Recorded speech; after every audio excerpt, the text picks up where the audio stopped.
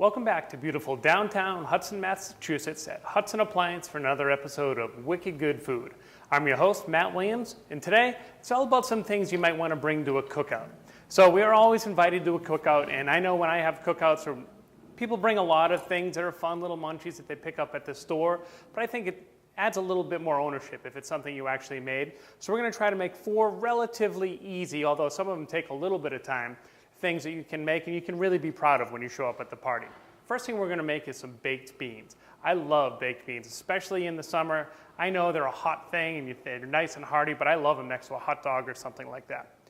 What I have here are navy beans. Believe it or not, these are both a pound of navy beans. They came from the same brand, same everything, except these ones soaked for about 6 hours. So it's amazing how much more liquid they absorb. So I just wanted to show you that because it makes the cooking process go much more quickly.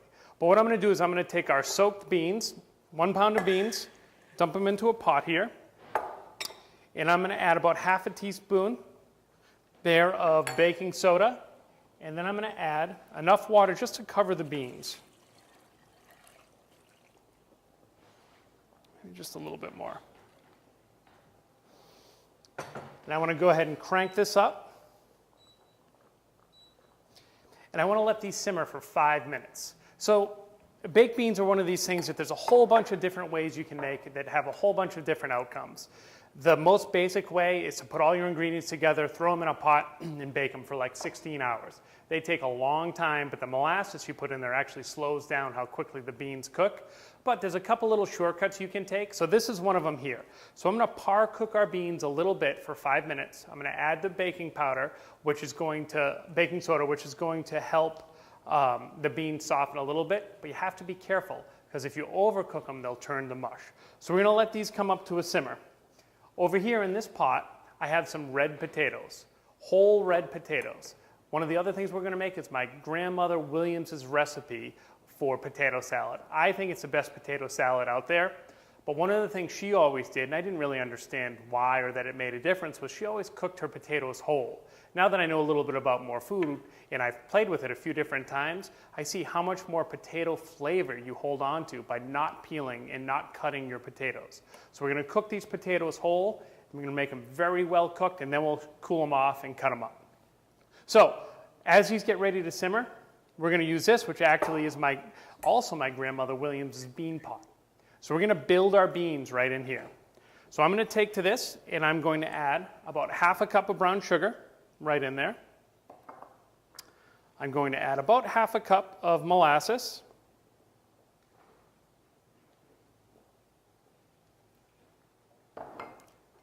A teaspoon of ground mustard. And I'm going to add bacon. So I have here about half a pound of bacon.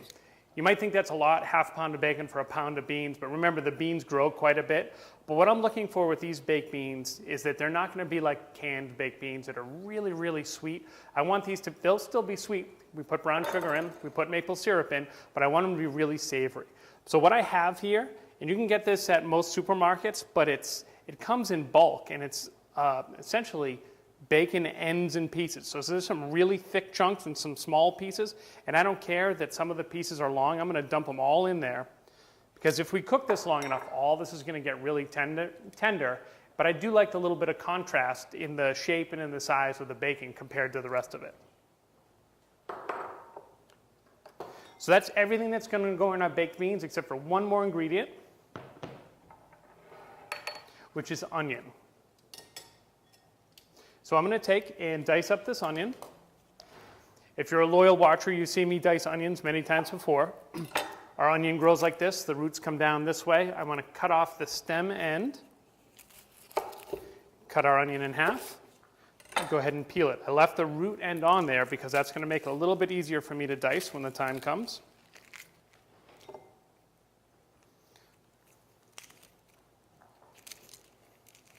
So this recipe for baked beans is actually taken off my Uncle Cecil's recipe, and it's one of the recipes that's in my book, Wicked Good Food. So I'm modifying it a little bit here, but the story about these beans, little rotten spot we'll take off, is that my Uncle Cecil was famous for making them at church dinners here in the Hudson United Methodist Church. And he would make a pot of beans, and his wife would make a pot of beans, and they'd use the same recipe, but there were a couple extra ingredients that Uncle Cecil never wrote down, so Aunt Helen's beans never came out quite as good as his did, I always found that pretty amusing. All right, so now I'm going to cut perpendicular to those cuts. I just want to cut the rest of this up. And I'm not worried that these are perfect in size. That looks pretty good. I dump those right in there. So one of the other benefits of doing this, where we're going to actually boil our beans first, is we're going to start with hot beans and hot liquid. So it would take us half an hour, 45 minutes, maybe even more, in a hot oven to get this up to simmering temperature. We'll be much closer when we add our hot liquid to it. So I'm going to dice the rest of this. This I want to be a little bit more careful of,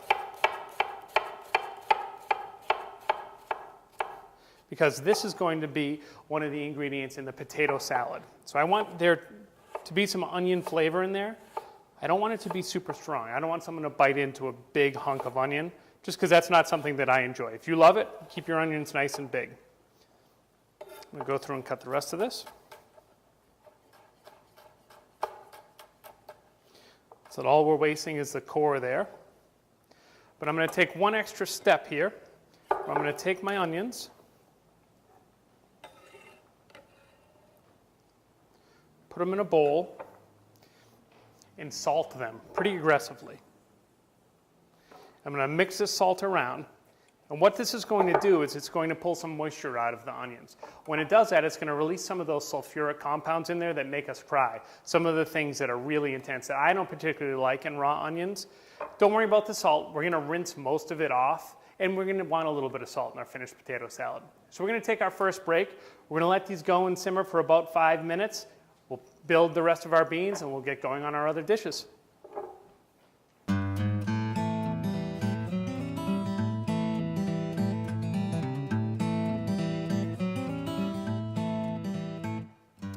Okay, so our beans have boiled for a full 5 minutes. They're relatively tender.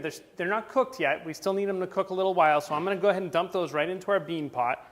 We'll see if I can do this without making too much of a mess here. Now, some people say never to use the liquid that you boiled your beans in. Why? They're loaded with bean flavor, and they're also loaded with starch, which is going to help thicken up the sauce that's going to be in here when we're all said and done. So I want to check out the level here. So I want to be, that's just about it, actually. I want to be so that my beans are just barely exposed. One of my goals here is that they're going to cook low and slow, but I want to develop a little bit of crust on top because that's going to develop flavor. I'll fold that crust back into it. As we go on, if I need a little bit more liquid, we can add a little bit more, but it looks like we're about perfect right there. So I'm going to grab the lid. And so, like I said, this is my grandmother's bean pot. I have no idea how old it is, but it has this big chip in the lid. But it actually works out perfect because I want to allow a little bit of steam to escape. I want to allow a little bit of drying to happen on the top of the bean. So I'm going to go ahead and grab this, which is now pretty hot, and throw it right in our oven.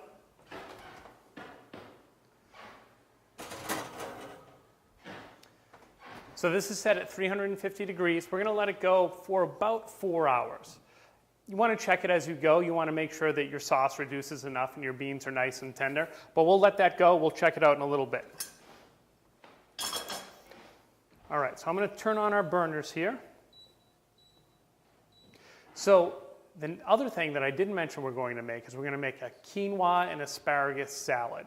So quinoa is something that a lot of people are getting used to cooking. Some people might not know about. What I have here is a cup of quinoa and 2 cups of chicken stock.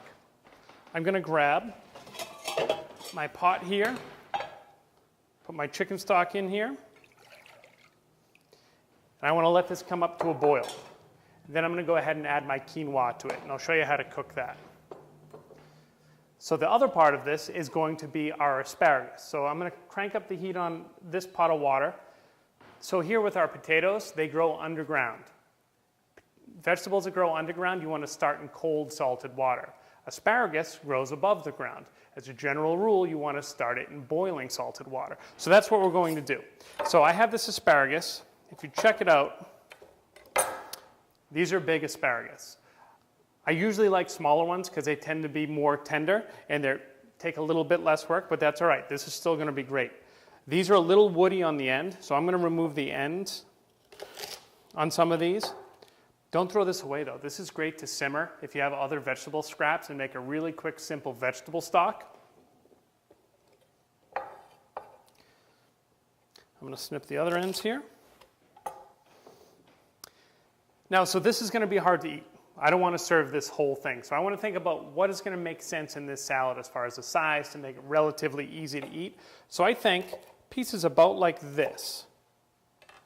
We're going to go a little less than an inch. So I'm going to take half of these or so and cut them all about that size. And I'm going to leave the tips whole though. We'll do the same thing with the rest of them.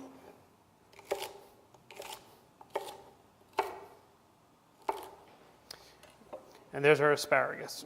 So this is actually, if you've seen my cooking before, you know I'm not always looking to make the most healthy thing. I like to make things that are very flavorful. This is a thing that's going to be very flavorful and very healthy for you. So let's check this out. Look at that. In just that very short amount of time, this induction stove got the 2 cups of chicken stock to be at a cranking boil, just like that. So right away, I'm going to add my cup of quinoa right to the center of it. And I want to let it come back up to a boil, which it'll do almost right away. Then I'm going to turn my heat down to about medium, put a lid on it, and I want to cook it for 12 minutes. Let's take a look at the clock. All right, so we're going to let this go for 12 minutes. So this isn't quite there yet. I do need to salt that, so we're going to salt our water. Now, once again, that might seem like a lot of salt. There's only a small amount of it that's going to get absorbed into our asparagus. So I'm going to let this come back to a boil. Our potatoes are done. I'm going to shock them, which I'm going to drain them. I'm going to let them actually sit in a little bit of, rinse some cold water over them to cool them down, and then we'll go to building the dressing for our potato salad.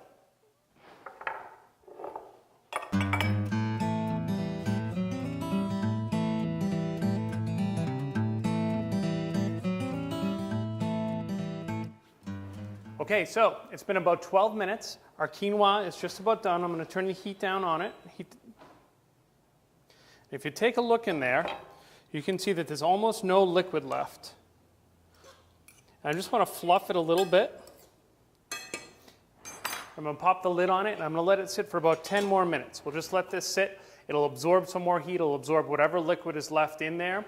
So you saw that I used chicken stock. You could use whatever you want. You can use water. You could use beef stock. For this particular salad, I think that I like the savoriness of the chicken stock in there. So we're going to move on to potato salad. So here I have our onions, which I ended up cutting another onion because we're going to use it for 2 different recipes. They've been salted for, it ended up being about 20 minutes. It doesn't have to be that long, and then they've been rinsed really well. So I'm going to put those in to start.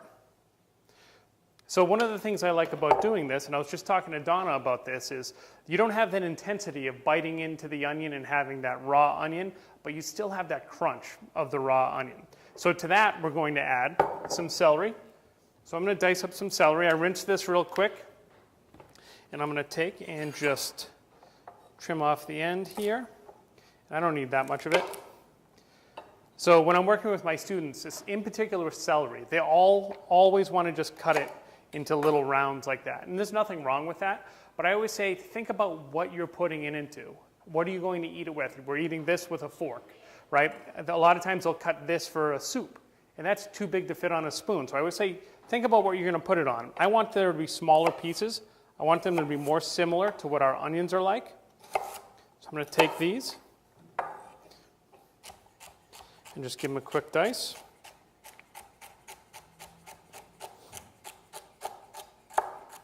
And so making the potato salad like this, I like to actually make my dressing all in one bowl before I add my potatoes to it.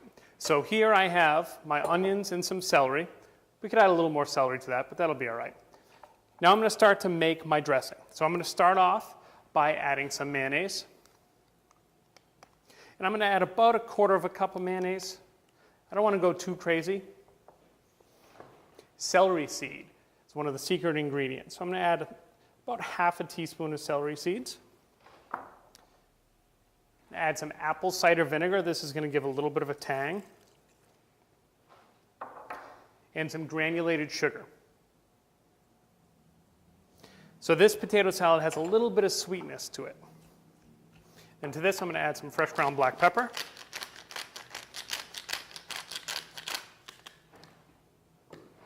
And that's it. So I just want to mix this around and see how it looks.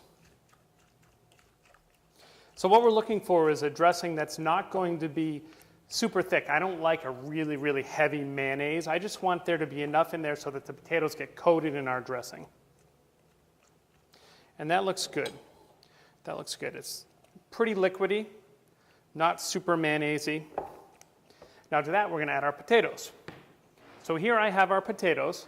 So they're fully cooked, and I shocked them and cooled them off. I don't mind that the potatoes actually get a little bit smushed as I cut them.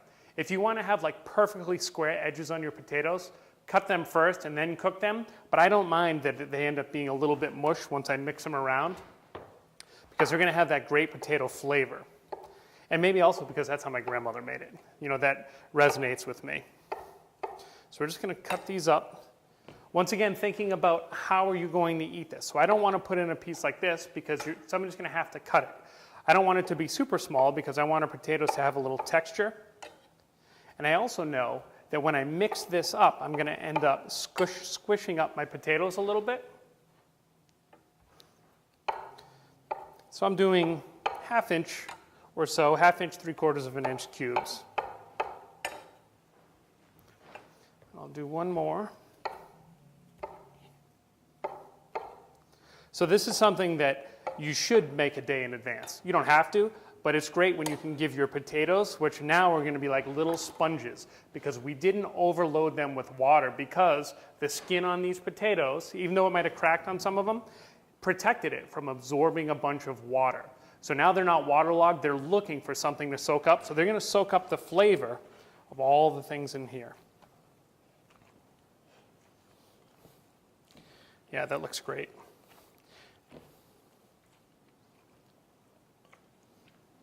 You know what, I'm going to cut up one more potato to throw in there, since I have it.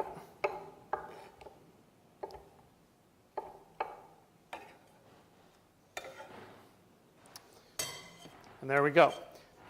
Here's our finished potato salad, which we're going to let sit. It'll still get to sit a little while before Arthur comes up and tastes it. Like I said, though, the longer you let it sit, the more you'll develop the flavor in the potato. Now, I'm going to work on my other dish, which is that quinoa and asparagus salad. So we're actually going to add some red pepper to that. So this salad is going to have kind of almost a Greek salad feel. We're not going full Greek salad with it, but it's going to kind of have that feel. I'm not worried about cross-contamination. I cut a potato. I'm going to cut this. I'm not cutting any raw meat or anything. Cut both ends off my pepper so I get a piece like that. I'm going to take the tip of my knife, cut into it. I'm going to lay my knife flat along the pepper and just kind of unroll the core like that. Being careful not to cut towards my hand, so I'll reach over to the other side. Then you get this nice little bit of pepper here that we can now take and do whatever we want with. I could take some of this and dice it up and throw it in the potato salad. Graham didn't do that though, so I'm not doing that. For this, I'm just going to take it, cut it into strips about 1/4 inch wide. So this looks really cool too if you have really thin asparagus, and you can make these like the same size as your asparagus. These are going to end up being a little bit longer than our asparagus. So I'm going to cut that one like that. I'll do a little bit more.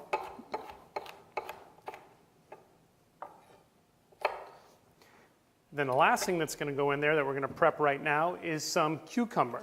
So I'm going to take a cucumber. I'm going to go ahead and peel it real quick.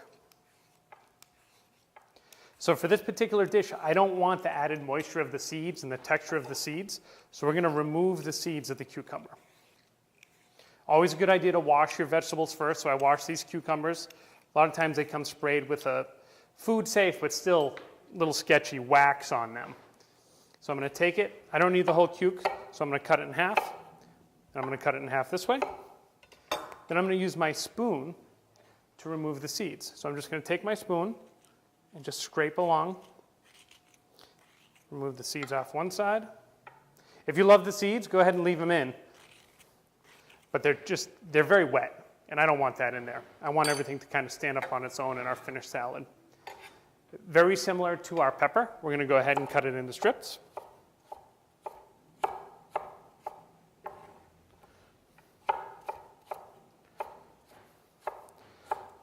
But now I'm going to turn it and cut perpendicular to that to make a little dices.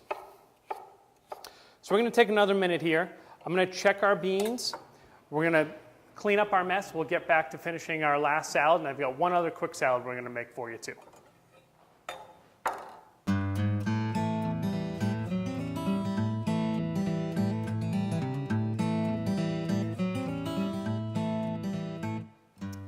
So our beans have been going for about an hour. I wanted to pull them out and just show you how they're looking. So if you can see in there, they're starting to take on a little bit of color, just barely. We've got a couple big hunks of pork here, which I'm sure if we were to go to eat right now would not be very tender, but remember, we still have at least 3 hours to go in this process.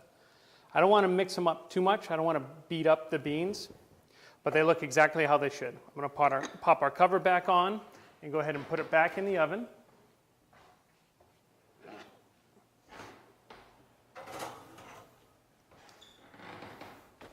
And let those keep going. So now on to the salad we've been working on most. So I've got our red peppers and I've got our onions in here. I've got our asparagus, which we had blanched and shocked, and here's our quinoa. So it fluffed up really nicely. It's pretty dry.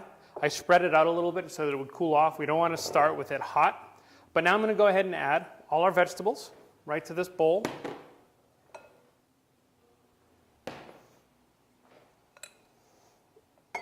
And our quinoa right to the bowl. So to this, we're going to add some of the onions that we rinsed before. So I'll add a little bit of the onions. Now to this, I'm going to add some feta cheese. So this feta cheese is going to give a good little blast of saltiness to it.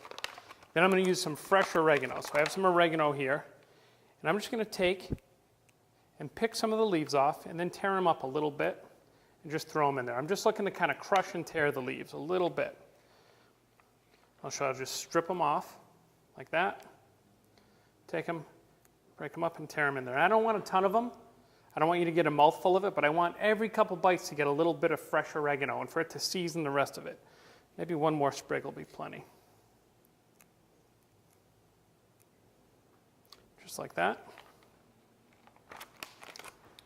Then our dressing on this salad is going to be extra virgin olive oil, pretty good amount of it, and a little bit of red wine vinegar. So this is going to give a little acidity to it. So I just want to mix this together. But what you'll see is we have these beautiful bright colors, vibrant salad. And this is something you could definitely be proud to bring to a party. It's going to taste great, and you can play around with it a little bit. If you don't love oregano, if you don't like this flavor profile, switch it up. If you want to be even more kind of leaning towards the Greek salad type thing, throw in some olives in there. You could use a little lemon juice instead of your vinegar. But there we go. I'm going to let this sit a little bit. We'll let that quinoa absorb some of the oil and some of the vinegar. Then we'll have a taste. So you know what I forgot to do is I forgot to hit it with some pepper. I purposely did not salt this because our quinoa cooked in chicken stock, which is just a boxed chicken stock, so that has a little bit of salt, and our feta cheese is pretty salty. Doesn't mean it doesn't need it, but we're going to let it sit for a little bit, and then we'll taste it and check. Now the last thing we're going to make is something that my mom used to make all the time. It's just a really quick summertime snack, and we'll see if I can do it quick. I'm going to take a cucumber here. I'm just going to stripe it. That's what they call it when you just put stripes in it instead of peeling the whole way. Then I'm going to take and just cut it. I'm not worried that this is striped and this isn't. I'm just going to cut it into rounds. It doesn't really matter how thick they are. You don't want them super thick.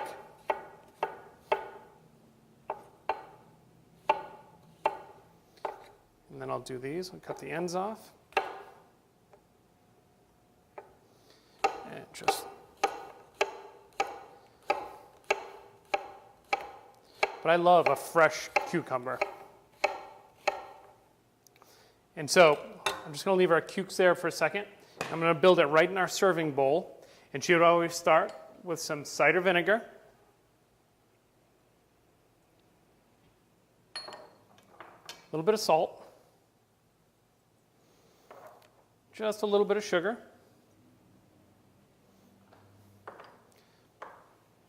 Celery seed. And some fresh ground black pepper. That's it. Just like that. Give it a little mix. Then she'd throw in the cucumbers right in there. Toss it around. And such a quick, easy summertime snack that you can serve immediately. They don't have to sit in here for a while. It's not like you have to pickle. You just want to mix them around after they sit for a couple minutes. Mix them again. But I'm going to mix these around a little bit. We'll clean up our mess. It's time to get Arthur up here and see what he thinks of our sides for a cookout.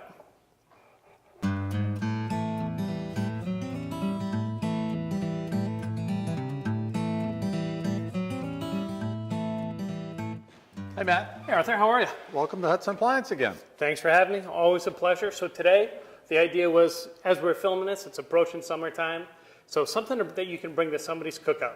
All right. Somebody invites you over that's not something you just bought at the store, not chips and salsa or guacamole or whatever. So we did a couple of things that are a little traditional, a little different. So we made potato salad. This is my grandmother Williams's potato salad. I've done this for dinners of 800 people before, and people freak out. They love it. So hopefully you enjoy it. All right. This is a salad that is very healthy. It's quinoa. You know quinoa? No, I don't. Good friend of yours? All right. All right. So quinoa is a grain. It's All right. super, super healthy for you, but it's mixed with a bunch of different vegetables. There's asparagus, there's red pepper, and there's some feta cheese and some oregano in there. It's got a nice little dressing on it. Okay. This is something my mom used to make when I was a kid. Incredibly simple. It's just cucumbers. Do you like cucumbers? Oh, yes, I do. So it's just cucumbers with a little vinegar and a little seasoning. Okay. And then this is my Uncle Cecil's recipe for baked beans. Uncle Cecil. Uncle Cecil. So for those of you at home, you see that these look a lot different than the ones we just looked at. So these are a batch I made yesterday. So these cooked for a little over 4 hours. Okay. The batch that's still cooking in the oven now, it's only been in an hour and a half or so. So it's got a little time left, but I wanted to make sure you got a chance to try it. All righty. What do you want to try first? Well, I think I want to start with the baked beans. All right, I don't blame you. All right. Uncle Cecil's Uncle baked Cecil. beans. You'll see there's some really big hunks of bacon in here too.